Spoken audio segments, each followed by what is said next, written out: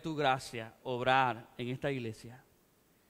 Gracias porque esa misma gracia que un día me buscó y me rescató según tu plan soberano, también en este lugar ha hecho lo mismo, rescatando y salvando para que aquí haya un pueblo apartado para ti, para tu gozo y tu deleite, que a través de la sangre de tu Hijo Jesucristo tú estés trayendo de toda lengua, de toda tribu, de toda nación, un pueblo que finalmente estaremos todos reunidos, no separados por fronteras ni por distancias geográficas, y anhelamos, Señor, que pronto llegue ese día en que todos juntos podamos gozarnos en tu presencia, ya no más distanciados por esta dimensión terrenal. Oh Señor, pero mientras tanto, gracias por concedernos el glorioso y grandioso privilegio de ser instrumentos en tus manos. Señor, no lo entendemos, pero nos humillamos y nos sometemos ante tu plan. Quizás tú pudieras usar medios perfectos, medios que no tuvieran debilidad, pero ante la grandeza de tu plan y ante tu deseo, Señor, aquí estamos y queremos ser instrumentos que tú utilices para que tu nombre sea exaltado, para que Cristo sea magnificado y conocido entre los hombres, y para que la fe de tus redimidos crezca hasta llegar a esa plenitud de la madurez de nuestro Señor y Salvador Jesucristo. Padre, salva a pecadores. Si en esta noche te place abrir los ojos de aquellos que están en las tinieblas y hacerles ver a Cristo como el único medio de salvación, Señor, hazlo para alabanza y gloria de tu gracia en este lugar. Yo te lo pido, confiado, sabiendo que no puedo en mis propias fuerzas, sino que necesito tu gracia y necesito el ministerio indispensable y necesario de tu Espíritu. Oh Padre, vacíame de toda confianza en mí mismo y lléname de tu Espíritu, pero no solamente a mí, llena a toda esta congregación de la plenitud, del poder y de la gracia que tu Espíritu nos da para entender, pero también para aplicar tu palabra. Yo te lo ruego y te lo pido en el nombre de Cristo Jesús. Amén.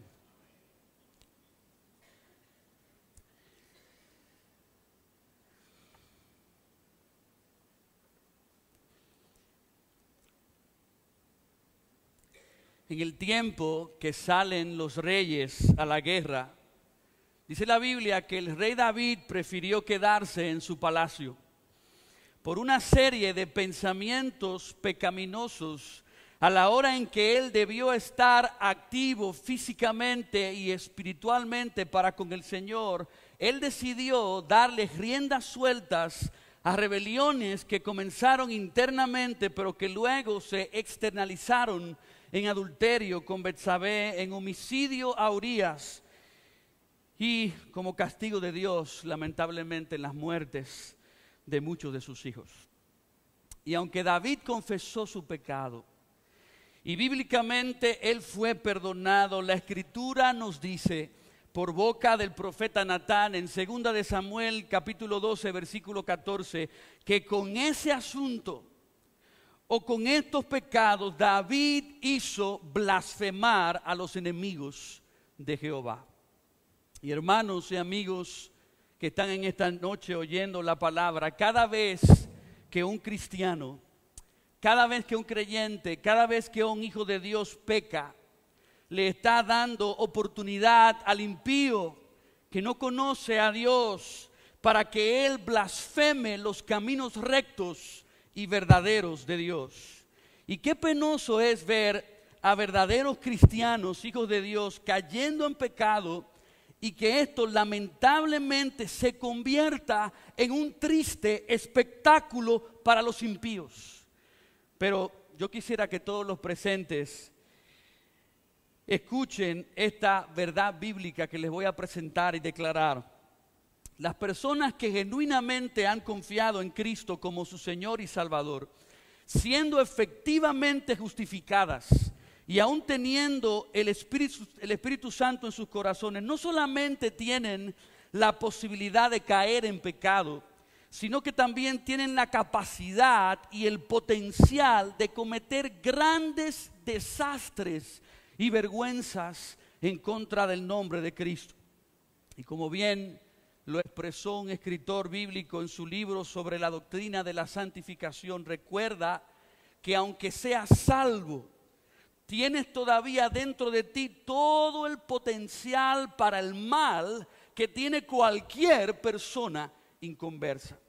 Y utilizando la vida del rey David como ejemplo, podemos observar que David, siendo hijo de Dios, David siendo justo, una justicia no alcanzada por sus propios méritos, sino por la fe en los méritos de aquel Mesías prometido. Oigan bien, aún David siendo justo, aún David siendo un hijo de Dios, cayó en hechos tan vergonzosos que quizás ninguno de nosotros como creyentes desearíamos ni siquiera imaginarnos caer.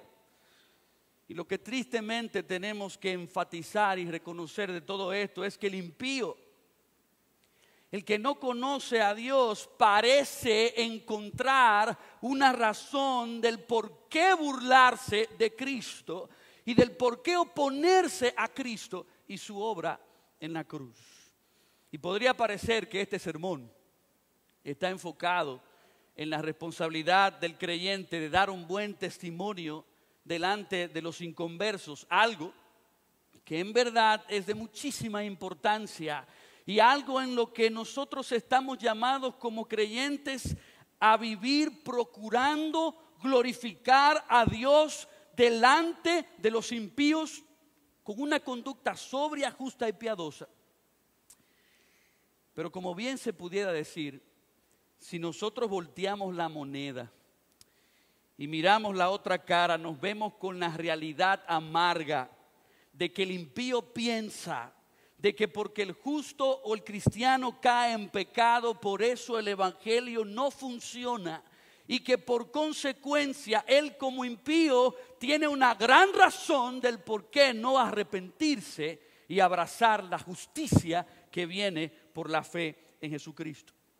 Y a través de estos dos versículos hallados en Proverbios 24, 15 y 16, Dios tiene un mensaje dirigido al impío, advirtiéndole que él no debe utilizar las caídas del justo como excusas para él no arrepentirse. De modo que a la luz de la verdad de que el cristiano puede pecar, a la luz de la realidad de que un cristiano puede traer mal testimonio a la persona y la obra de Cristo, y al considerar que el impío está continuamente siendo un espectador de la vida del cristiano, nos es necesario reflexionar sobre estos versículos a continuación que dirigen nuestro entendimiento a un análisis de cómo el impío se opone a Cristo porque el justo cae. El título de este mensaje es: no rechaces a Cristo por las caídas del justo. No rechaces a Cristo por las caídas del justo. Y todo texto en la palabra tiene una verdad que Dios quiere que nosotros alcancemos comprender y también aplicar a nuestras vidas, y quizás pudiéramos resumir esa verdad y aplicarla a nuestras vidas de esta manera. Aunque es una realidad que el justo cae en pecado, tú como inconverso o impío no puedes utilizar las caídas del justo como excusa para rechazar a Cristo. Es cierto, el libro de Proverbios, como es descrito por algunos estudiosos, es una biblioteca de instrucción moral y espiritual para los creyentes que contiene preceptos o dichos sentenciosos que regulan o gobiernan la conducta y la vida, y a menudo tienen una forma de semejanza o parábola. Y por ser el proverbio una cápsula compacta de una verdad bíblica, es necesario que este proverbio sea interpretado a la luz de lo que el resto de la Biblia revela acerca de este tema en particular. Y quizás muchos pudiéramos cometer el error de que el libro de Proverbios simplemente apela a el deber moral del cristiano o del ser humano de obedecer preceptos y mandamientos de Dios. El libro de los Proverbios no es otra cosa, sino que un llamado evangélico por parte de la sabiduría personificada de Jesucristo. Cuando desde el capítulo 1 llama a los simples y a los necios a que se arrepientan y se vuelvan por medio de la fe a Él, y que si se arrepienten y se tornan a Él, Él derramará su espíritu sobre ellos para que luego puedan vivir de acuerdo al llamado santo y piadoso que el resto del libro de Proverbios apela al que lo lee y medita en él. Pero si nosotros nos detenemos por unos instantes, podemos ver en este texto que Dios está dirigiendo su atención al impío, haciéndole al impío una advertencia. Y esta advertencia consiste de dos mandatos negativos dados por Dios al impío. Dios le dice en el versículo 15: oh impío, no aceches la tienda del justo, no saques su cámara. De modo que viendo la condición del justo, Dios sentencia al impío para que sus acciones en contra del justo sean totalmente paralizadas. Ahora, ¿qué es lo que está motivando al impío a atacar la tienda y la cámara del justo? De acuerdo a la luz del versículo 16, el impío se asombra, el impío se espanta de que el justo, o sea el cristiano, aún después de haber experimentado la salvación de sus pecados por pura gracia, el impío se escandaliza de que aquel que se llama justo todavía esté cayendo en algunos pecados. En otras palabras, el impío mirando al justo dice: pero ven acá, y es así, si esta persona dice que es cristiano y que Cristo lo salvó, pero míralo pecando. No, esto es una falsa. No me digas a mí que Cristo salva. ¿Y salva de qué? Pero mira a esta persona supuestamente llamada cristiana mintiéndome. Míralo pecando, míralo haciendo esto o aquello. Y el impío piensa: yo he llegado a una conclusión. Ese Cristo no sirve para nada. Y lamentablemente la reacción natural del impío cuando observa que ese que se llama cristiano está pecando es la de oponerse a aquello que el cristiano dice que ha transformado su vida. Observe el texto junto conmigo. En el primer mandato, Dios le manda al impío a que no aceche la tienda del justo. Y en el segundo le ordena al impío que no saque la cámara. Indiscutiblemente el que está llevando a cabo la acción de acechar y de saquear es el impío.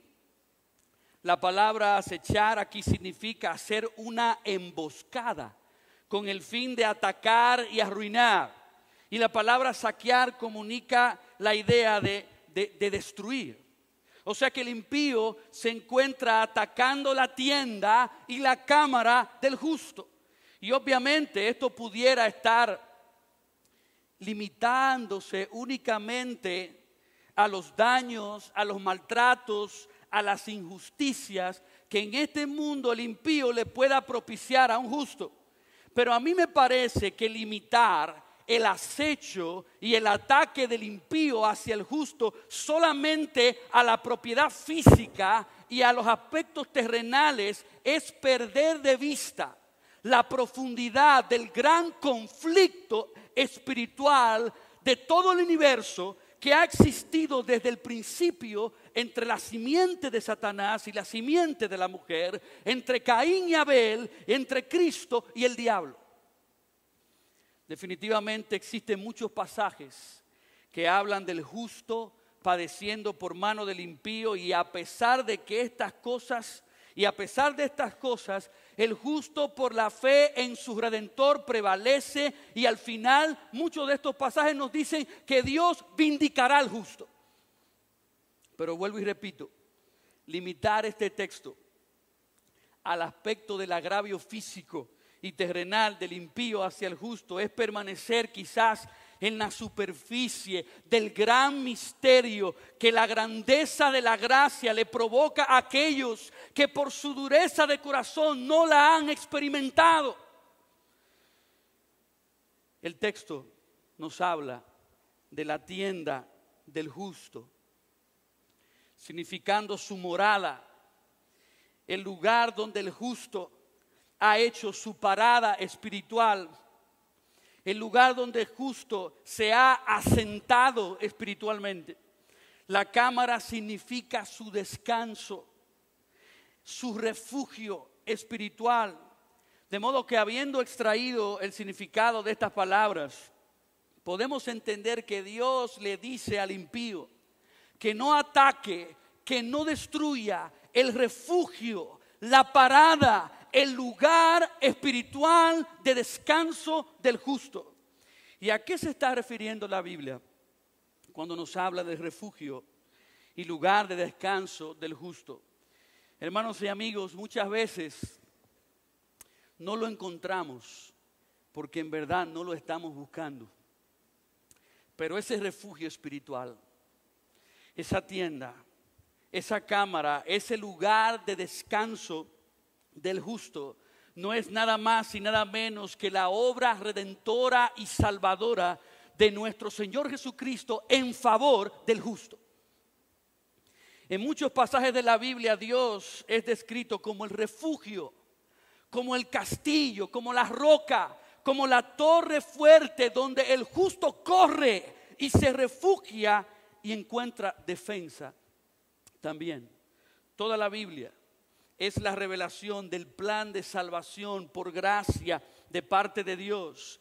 Y fue desde Génesis, desde el mismo momento en que Adán y Eva cayeron en pecado, que Dios reveló su plan y pacto de gracia, a través de las cuales Él dio buenas noticias de un Salvador que vendría a través de la simiente de la mujer.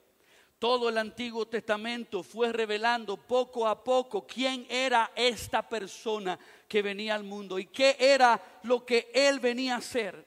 De modo que todo pecador que confiaba y creía y se refugiaba en la promesa de este Salvador, era justificado igual como un pecador es justificado y es salvo hoy, creyendo en la plenitud de la revelación de este Cristo crucificado y resucitado en gloria.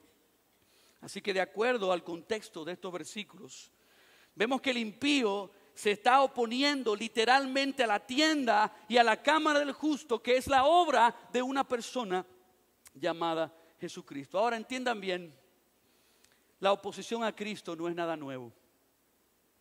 El mismo Salmo capítulo 2 versículos del 1 al 3 nos dice: ¿por qué se amotinan las gentes y los pueblos piensan cosas vanas? Se levantarán los reyes de la tierra y príncipes consultarán unidos contra Jehová y contra su ungido, diciendo: rompamos sus ligaduras y echemos de nosotros sus cuerdas.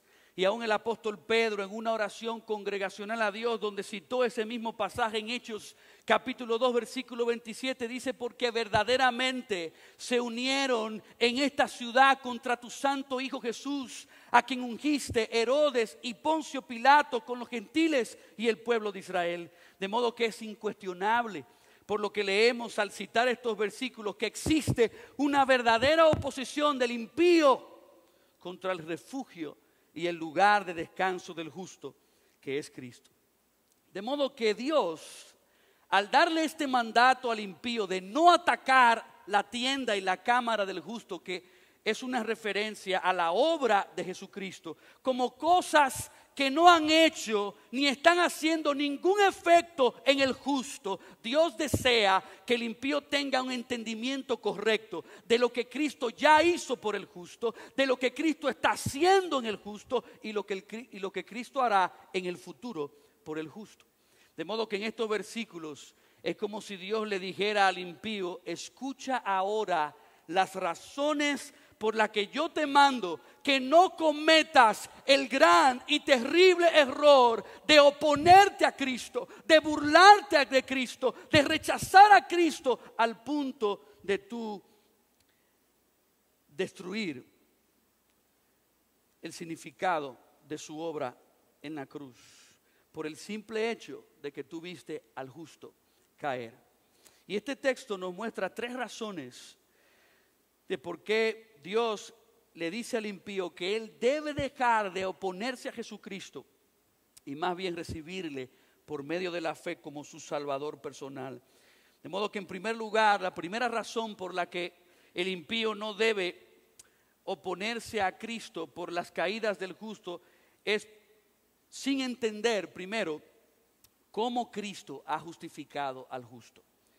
En otras palabras, tú no debes rechazar a Cristo sin entender cómo Cristo ha justificado al justo. Mira el versículo 15. Oh impío, no aceches la tienda del justo. Mirando el proverbio a tratar, es interesante observar que el texto nos muestra una distinción de personas. Dios hace una diferencia muy clara, muy evidente, con diferentes calificativos. A uno llama impío y a otro llama justo. Y estos dos nombres se encuentran comunicando el estado legal de un individuo que ha sido evaluado en una corte de justicia. El nombre impío significa literalmente culpable de un crimen individual. Pero las Escrituras no describen al impío como el que solo ha cometido un delito contra la ley, sino como aquel que practica constantemente un estilo de vida que es contrario a las leyes de Dios. Él es culpable porque a sabiendas y voluntariamente ha cometido un delito grave.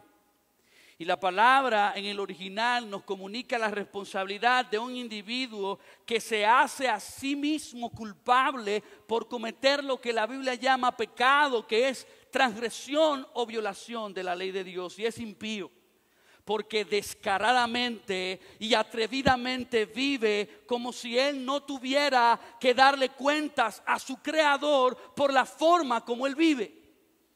Pero por otro lado, la Biblia nos habla del justo, que es una persona moralmente recta e intachable, y en la plenitud de su significado teológico alcanza la comprensión en la revelación progresiva como aquel que es declarado inocente. El justo es la persona que al ser evaluada, examinada y analizada por la ley de Dios es hallada sin falta, sin infracción, sin error y sin engaño. Sin embargo, cuando tomamos el contexto general de las Escrituras nos damos cuenta de algo muy, pero muy terrible.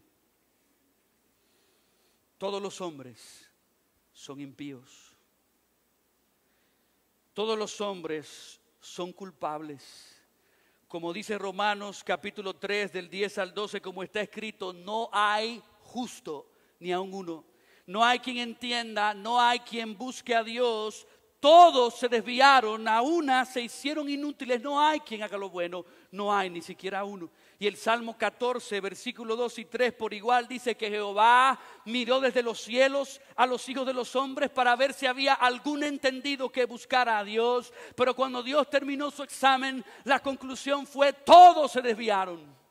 A una se han corrompido, no hay quien haga lo bueno, no hay ni siquiera uno. Y aún el libro de Eclesiastés, en el capítulo 7, versículo 20, afirma esta verdad cuando dice: ciertamente no hay hombre justo en la tierra que haga el bien y nunca peque. Así que hermanos y amigos que están aquí presentes, todos los hombres son culpables. Todos nosotros somos impíos. Todos los hombres estamos en la lista de los más buscados por la justicia divina, y no en la lista de los más buscados por la justicia de la República Dominicana, ni por la justicia de los Estados Unidos, ni de ninguna otra nación poderosa de este mundo, sino que nosotros, por ser impíos, estamos siendo buscados por la misma justicia de Dios, quien es el creador y dueño de todo lo creado. Porque ha sido contra Él que todo individuo ha levantado su puño en señal de rebeldía, en señal de independencia y en señal de enemistad. Sí, hemos sido nosotros que hemos adorado a otros dioses falsos en nuestros corazones. Hemos sido nosotros que hemos blasfemado el nombre santo de Dios. Hemos sido nosotros que hemos corrompido su día sin santificarlo. Hemos sido nosotros que hemos deshonrado nuestros hogares, que hemos mentido, que hemos fornicado, que hemos adulterado, que hemos llenado nuestro corazón de avaricia avaricia y codicia. Y Dios nos pregunta, ¿todavía te atreves a preguntarte por qué se te acusa? De alguna forma u otra, tu corazón ha maquinado y se ha deleitado en el pecado, y no tienes que haber cometido esos pecados gravosos, los cuales muchos apelan que son la razón de la condenación, porque la misma Biblia dice en Santiago 2:9 que cualquiera que obedeciere toda la ley, pero falle en un punto, se hace igual de culpable de todos. No hay nadie que sea inocente de entre los hijos de los hombres. Y si en estos momentos tu corazón perverso y engañoso te está llevando a tratar de defenderte, la misma palabra de Dios culpa a todo hombre de orgulloso y mentiroso, como dice Romanos capítulo 3:4. Antes bien, sea Dios veraz y todo hombre mentiroso. Así que, amigos míos, si no hay justos y todos somos impíos, ¿quién entonces es declarado justo? Porque la Biblia en estos versículos nos habla de personas que son justas si todos somos impíos. ¿Quién es esa persona que al ser evaluada, analizada y examinada por la ley de Dios es hallada sin falta, sin infracción, sin error y sin engaño? Y me encanta llegar a esta parte, porque para mí es un placer y un privilegio presentarles y hablarles a ustedes acerca del Señor Jesucristo. Jesucristo, verdaderamente Dios y verdaderamente hombre. La Escritura nos dice que Jesucristo es Dios.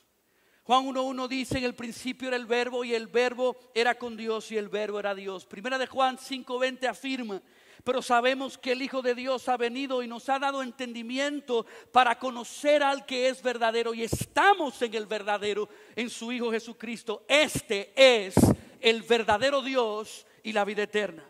La Biblia dice que Jesús es adorado como el único Dios. Juan 5:23 dice: para que todos honren al Hijo como honran al Padre. El que no honra al Hijo no honra al Padre que le envió. Y Jesucristo es Jehová, el único Dios verdadero del Antiguo Testamento, profetizado y visto en Isaías 6 y comprobado por el apóstol en Juan capítulo 12. Y este Cristo, siendo Dios, se convirtió en un ser humano. Él se encarnó, Él se hizo hombre. Juan 1:14 dice: y aquel verbo fue hecho carne y habitó entre nosotros, y vimos su gloria, gloria como la del unigénito del Padre, lleno de gracia y de verdad. Y Filipenses capítulo 2, 7 y 8 dice que Él se despojó a sí mismo, tomando forma de siervo, hecho semejante a los hombres, y estando en la condición de hombre, se humilló a sí mismo.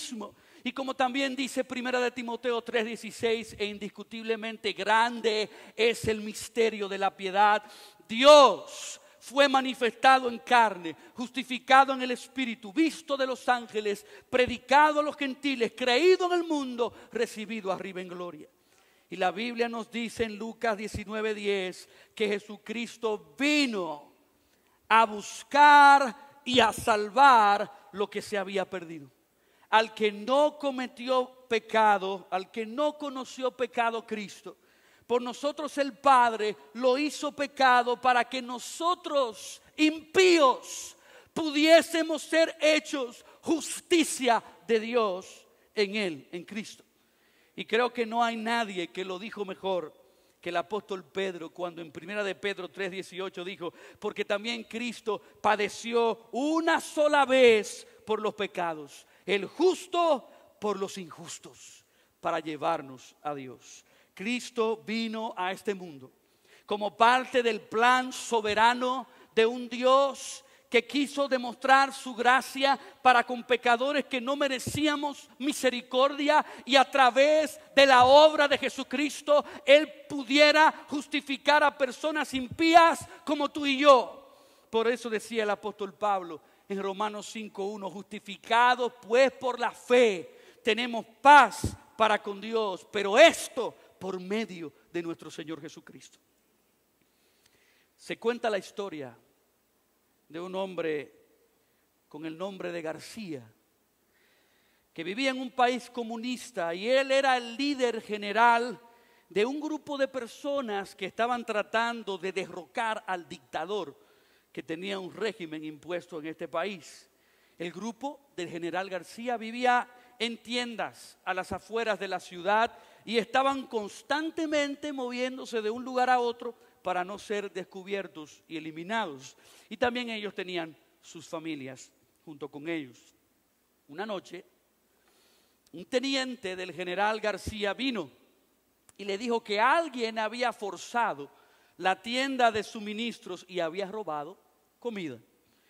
García se enojó muchísimo con este hecho porque la comida era muy limitada y había que repartirla entre todos. Así que él reunió a todo el mundo, a todas las familias y les dijo que de ahí en adelante cualquiera que fuere hallado robando comida iba a ser públicamente castigado con puros latigazos. No mucho después de esa noche, el teniente vino donde el general García y le informó que más comida había sido robada. Pero esta vez no solo se dieron cuenta que se había robado comida, sino que también habían agarrado al ladrón. Pero lamentablemente la persona que había robado era la mamá del general García. Los subalternos lucharon muchísimo para no decirle esto al general, pero no pudiendo evitarlo más, no pudiendo esconderlo, se lo dijeron. Ahora García como general se encontraba en un gran dilema como líder de este grupo paramilitar. Si García castigaba a puros latigazos a su propia madre ya anciana, de seguro que ella moriría. Pero si no la castigaba, perdería su propia autoridad, su palabra y el respeto de todos como líder. De modo que mientras todos se congregaban, la palabra se divulgó rápidamente que era la madre de García la culpable. Y todos estaban preocupados, imaginándose qué haría el general en una situación como esa. Entonces García, enfrente de todos, pronunció el crimen, pero también pronunció la sentencia. Luego, él hizo algo que dejó a todos atónitos y boquiabiertos. García se quitó su camisa, se arrodilló y le ordenó a su teniente que le diera los latigazos a él en lugar de su madre. Y de esa manera el general García hizo que la justicia se cumpliese y al mismo tiempo él logró demostrar misericordia, gracia y amor a su madre ya anciana. La penalidad fue pagada, el castigo fue implementado, pero fue pagado por García mismo. Y hermanos y amigos, por el hecho de que nuestra condición como pecadores delante de Dios es un asunto legal, era necesario para la salvación de pecadores que alguien inocente tomara el lugar de los culpables. Y Dios se hizo hombre, Cristo se hizo hombre para pagar el castigo que merecen nuestros pecados. Ahora bien, el que es culpable no pelea con el juez. Si el juez dice que existe una sola manera en que el culpable puede ser perdonado, el culpable solo tiene una opción. Y en este caso aceptas a Cristo como el sustituto legal en favor de pecadores, o te preparas a ti mismo para pagar por tus pecados en la condenación eterna. Pero si el culpable dice sí, creo en Cristo, abrazo a Cristo, me aferro a Cristo, Cristo toma su lugar y carga con sus pecados. La obediencia y los méritos de Cristo son traspasados al culpable. Cristo toma el lugar de los culpables y recibe el castigo que es la muerte, como ya lo hizo en la cruz. Y Dios imputa e inyecta al pecador toda la pureza y la obediencia de Cristo el justo. Y amigos, es como si la corte celestial se llenara en un momento de silencio y los ojos de todo el mundo se enfocaran en el juez para recibir la sentencia divina. Y Dios, el juez justo, en un solo instante declara a todo aquel que se acerca a Dios por medio de Cristo libre de pecado, libre de condenación, libre de culpa, sin falta, sin infracción, sin error y sin engaño. Inocencia completa para el pecador, porque creyó en Cristo, porque abrazó a Cristo, porque se aferró a Cristo, quien pagó la penalidad. Esta es la manera como Dios ha justificado al justo. Lo que Cristo hizo por Él en la cruz. El impío solo puede ser justificado por la fe en Jesucristo. De modo que, de acuerdo a estos versículos, el refugio espiritual y el lugar de descanso del justo es Jesucristo.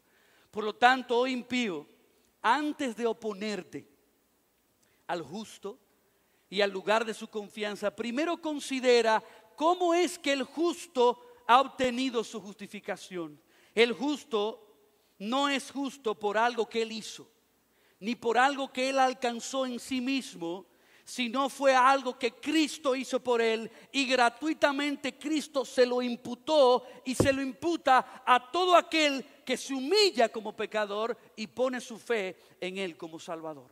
Y yo quiero que ustedes sepan que existe una gran diferencia entre el impío y el justo. Existe una gran diferencia entre el impío y el justo, y esa diferencia lo ha hecho Jesucristo.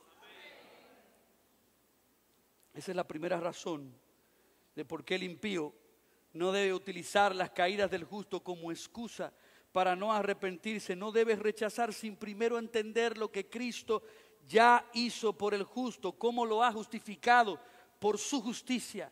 Pero también existe una segunda razón por la que el impío no debe utilizar las caídas del justo como excusa para no arrepentirse, y es sin entender cómo Cristo está santificando al justo. Tú no debes rechazar a Cristo sin entender cómo Cristo está santificando al justo. Nota conmigo, versículos 15 y 16, dice: oh impío, no aceches la tienda del justo, no saques su cámara, porque 7 veces cae el justo y vuelve a levantarse, mas los impíos caerán en el mal. Lo siguiente que podemos notar de acuerdo a este texto que tenemos delante es que el justo cae 7 veces y vuelve a levantarse. Eso nos describe un poco lo que es la condición progresiva del justo. Ya anteriormente claramente dijimos que el justo alcanza justicia perfecta y legal a través de la vida y muerte de Cristo. Pero su santificación, es decir, la transformación de su carácter, es algo que Dios va haciendo cada día en el corazón del justo, a medida de que el justo va cooperando voluntariamente por la fe con el Espíritu de Dios que mora en su corazón. Cuando la Biblia nos dice que el justo cae, esa palabra caer, con referencia al justo, nos comunica la idea de una caída accidental causada por el enemigo. En otras palabras, esta caída se refiere a una caída en una batalla. Y la Biblia nos dice que una vez que un impío es bañado con la sangre de Cristo y es eficazmente justificado y perdonado, él nace de nuevo espiritualmente y pasa de ser de las tropas del enemigo de Dios, Satanás, a las tropas de Cristo, Rey de Reyes y Señor de Señores. Y ahora el justo, o sea el cristiano, está llamado a la santificación. Nosotros que antes vivíamos en la corriente cuesta abajo del pecado, con el resto del mundo y con Satanás como nuestro príncipe, ahora comprados y justificados por la sangre de Cristo, estamos llamados a una lucha interna contra la carne y a una lucha contra el mundo y Satanás. Y por lo tanto, cada cristiano justificado por la sangre de Cristo está llamado a la batalla. Me encantan estos antiguos himnos solemnes que nos recuerdan estas verdades del llamado cristiano a la santidad, a combatir. Nos llama nuestro Salvador: salid, luchad con nuestro capitán.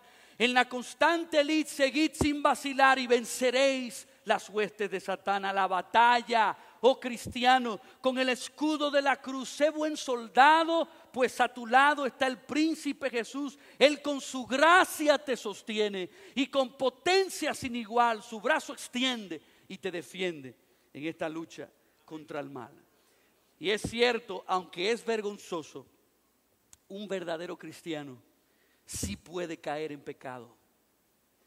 El rey David cayó. Y podemos hacer un estudio minucioso de cómo muchos santos, desde el Antiguo Testamento hasta santos del Nuevo Testamento, cayeron de diferentes maneras mientras estaban luchando contra el pecado, pero según el testimonio de la palabra, el deseo espiritual provocado por el Espíritu en un verdadero creyente es el deseo de levantarse. Porque 7 veces cae el justo y vuelve a levantarse. El Espíritu de Dios que mora en el cristiano lo estorba, lo disciplina, lo impulsa para que el creyente tarde o temprano abandone su pecado y vuelva a levantarse para seguir progresando en santidad. Pero como dijo Spurgeon, explicando sobre este tema, alguno dirá: wow, me encanta eso. Yo por mi parte creeré en Cristo y seré salvo y podré vivir como me dé la gana. Pero eso sería un terrible error, porque si crees en Cristo, Él no te dejará vivir como a tu carne le plazca. Mediante su Espíritu te constreñirá a mortificar tus afectos y deseos desordenados. Si Él te da la gracia para creer, Él mismo igualmente te dará la gracia que te hará vivir santamente después. Si te da la fe, te dará también las buenas obras subsecuentes. No puedes creer en Jesucristo sin recibir de Él la determinación y el deseo para renunciar diariamente al pecado con todo tu corazón. Y si tú te llamas justo, si tú profesas de alguna manera a Cristo como tu Señor y Salvador, y tú no estás luchando y no muestras ninguna lucha ni batalla en contra del pecado que sale de ti y que está en la sociedad, podría ser que tú estés siendo o teniendo una falsa profesión de cristiano. Porque la Biblia dice claramente en 2 de Timoteo 2:19, pero el fundamento de Dios está firme, teniendo este sello: conoce el Señor a los que son suyos y apártese de iniquidad todo aquel que invoca el nombre de Cristo. Los que son de Cristo deben estar involucrados en ese proceso diario de intensas y ardientes luchas para apartarse del pecado. Pero, oh cristiano, puede ser que hoy día tú estés caído, porque el enemigo de tu alma te engañó en la lucha y te has caído de alguna manera, la cual yo no sé, pero tú sabes y Dios lo sabe. Y si tú estás en esa condición, la Biblia te dice en 1 de Juan 2:1 que si alguno de los que somos hijitos hubiéremos pecado, abogado tenemos para con el Padre a Jesucristo el justo. Cristo, como el abogado del justo, está dispuesto a levantarte y darte su gracia para que sigas progresando en tu llamado a ser santo y arrepentirte de ello nuevamente, de modo que puedas ser luz en este mundo en vez de un tropiezo. Pero tú tienes que volver a Cristo, confesar a Cristo, arrepentirte y abrazar de nuevo a Cristo para levantarte.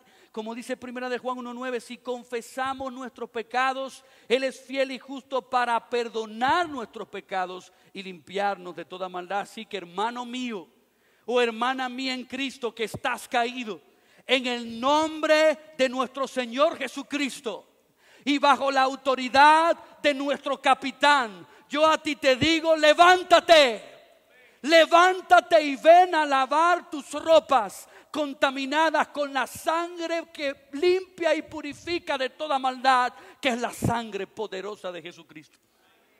Tú has perdido una batalla, pero no has perdido la guerra. Oh hermano, Cristo te justificó, pero también te llamó a ese glorioso proceso de la santificación por gracia. Tú estás llamado a anunciar las excelencias morales de aquel que te llamó a su gloria eterna. Y tú tienes que comprender que no hay ni siquiera una sola batalla que tú no puedes ganar si tú luchas y peleas con las armas de la gracia que Dios te ha provisto.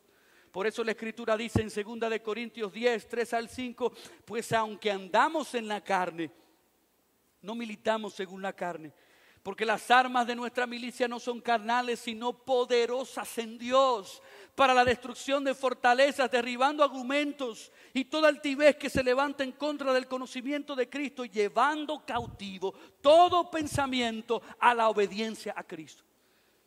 De modo que el versículo 16 de Proverbios 24 nos dice que el justo puede caer hasta 7 veces, dándonos a entender que pueden ser muchas las veces que un verdadero cristiano puede caer, porque la realidad es que estas caídas son ocasionadas mientras se lucha, mientras se pelea en contra del pecado, no gozando necesariamente, ni disfrutando, ni defendiendo el pecado en nuestra vida. Y no por eso el justo pierde su justificación en Cristo, porque una vez que venimos a Cristo por la fe, nadie nos puede condenar, nadie nos puede separar del amor de Dios que es en Cristo Jesús nuestro Señor. En estas cosas, por su gracia, somos más que vencedores por medio de aquel que nos amó.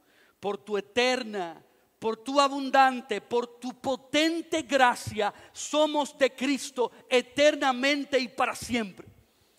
Y a diferencia del justo, que está siendo transformado de gloria en gloria a medida que avanza en esa santificación y obediencia a su capitán Jesucristo, se encuentra el impío.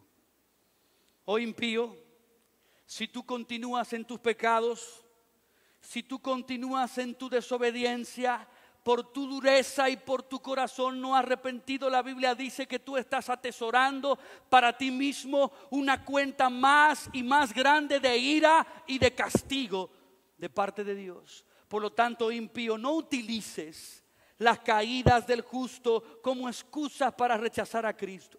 Tú tienes que reconocer que aunque el justo cae, es cierto, en diferentes pecados, el cristiano está progresando en una vida de cambios internos que están siendo producidos por el Espíritu, quien es que transforma y cambia el interior.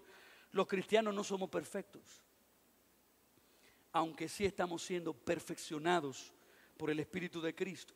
Pero una cosa sí es cierta acerca de nosotros, y no deberíamos avergonzarnos en ningún momento: no somos, por la gracia de Dios, no somos quienes éramos antes.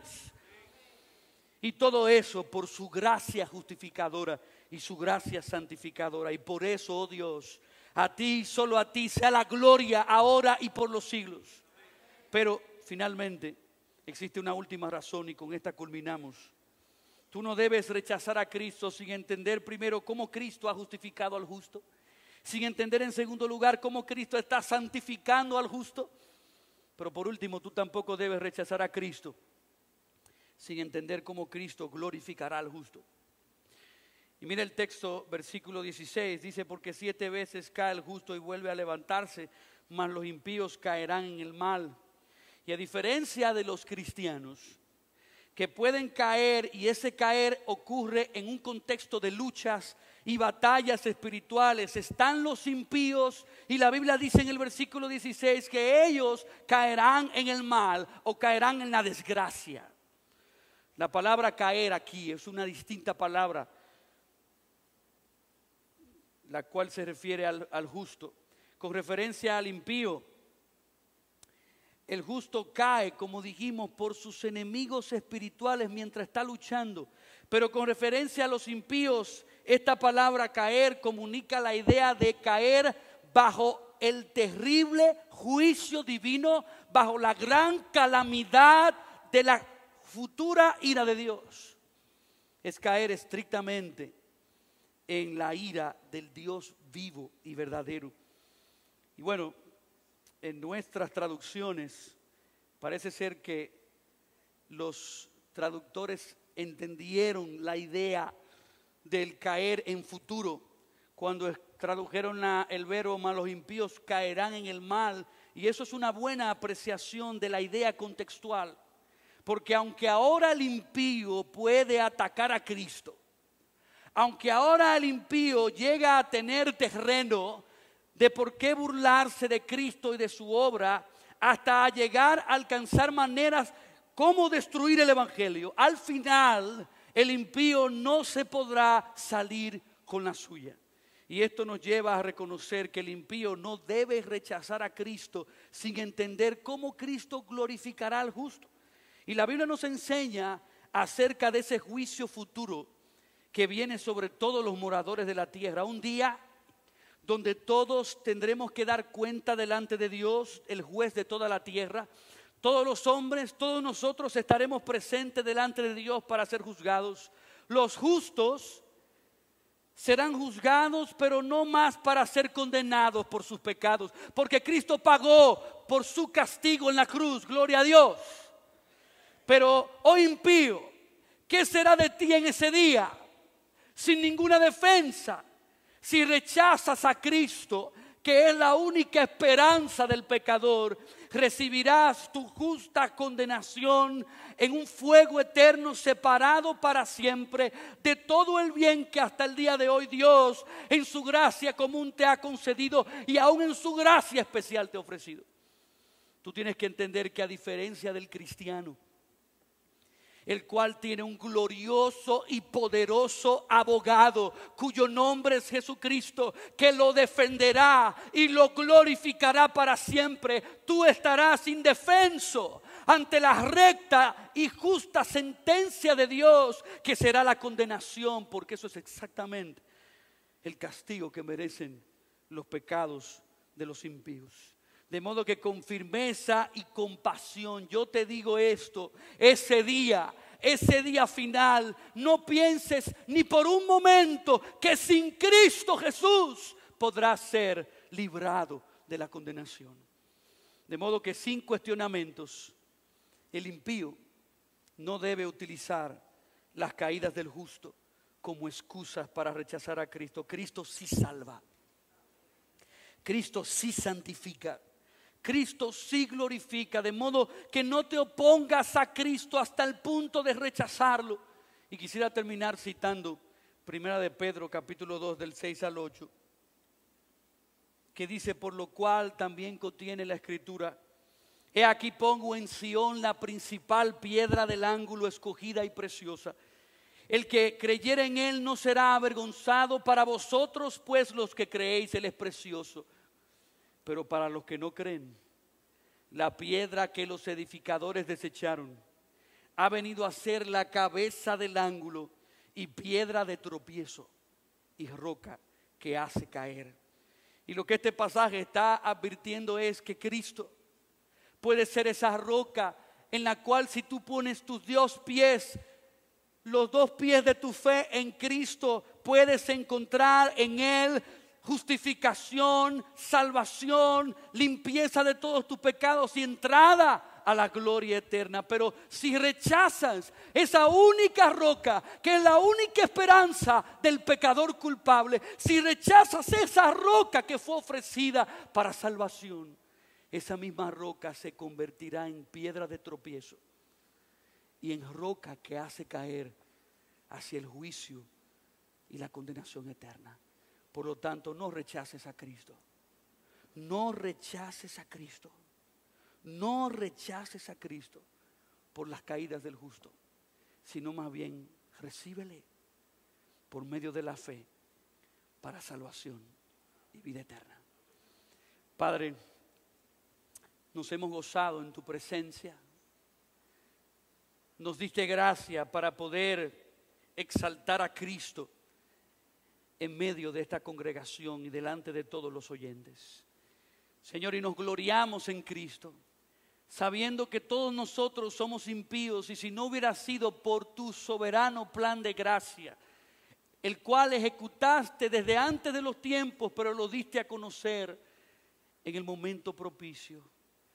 Gracias, Padre, porque si no hubiera sido por Cristo y su obra sustituyéndonos a nosotros y recibiendo nuestra culpa e imputándonos su justicia, nosotros estuviéramos igualmente perdidos, igual que los demás. Padre, gracias por lo que tú hiciste en nosotros. Gracias por lo que tú estás haciendo en nosotros. Y gracias, Señor, por lo que tú harás por nosotros en el futuro. Señor, estamos gozosos, confiados como un león, como dice mismo el libro de Proverbios. Oh Padre, pero en esta noche, a pesar de la triste realidad de que nuestras caídas pudieran convertirse en un tropiezo y una excusa para que aquellos que todavía no le ha amanecido tu gracia vengan humildemente a Jesucristo. Oh Padre, enséñales en esta noche. Ábreles el entendimiento de su corazón para que comprendan que las caídas del cristiano no deben ser una excusa para ellos continuar en una vida de rebelión. Muéstrales lo que verdaderamente tú has hecho, estás haciendo y harás por tu gracia, por tu amor, por tu misericordia para personas impías que ahora por tu inmensa misericordia somos declaradas justas por Jesucristo. Señor, gracias por este glorioso tiempo en que nos hemos maravillado ante la grandeza de tu gracia. Bendice esta congregación, bendice a los pastores de esta iglesia, bendice a cada hermano y hermana miembro. Obra en los corazones de aquellos que visitan, que sean continuamente utilizados en los hermanos de esta iglesia como embajadores de tu gracia, partiendo desde esta ciudad hasta el fin del mundo. Y gracias, Padre, por permitirnos compartir brevemente el ministerio de tu palabra, y así anhelamos que haya sido para edificación de sus almas.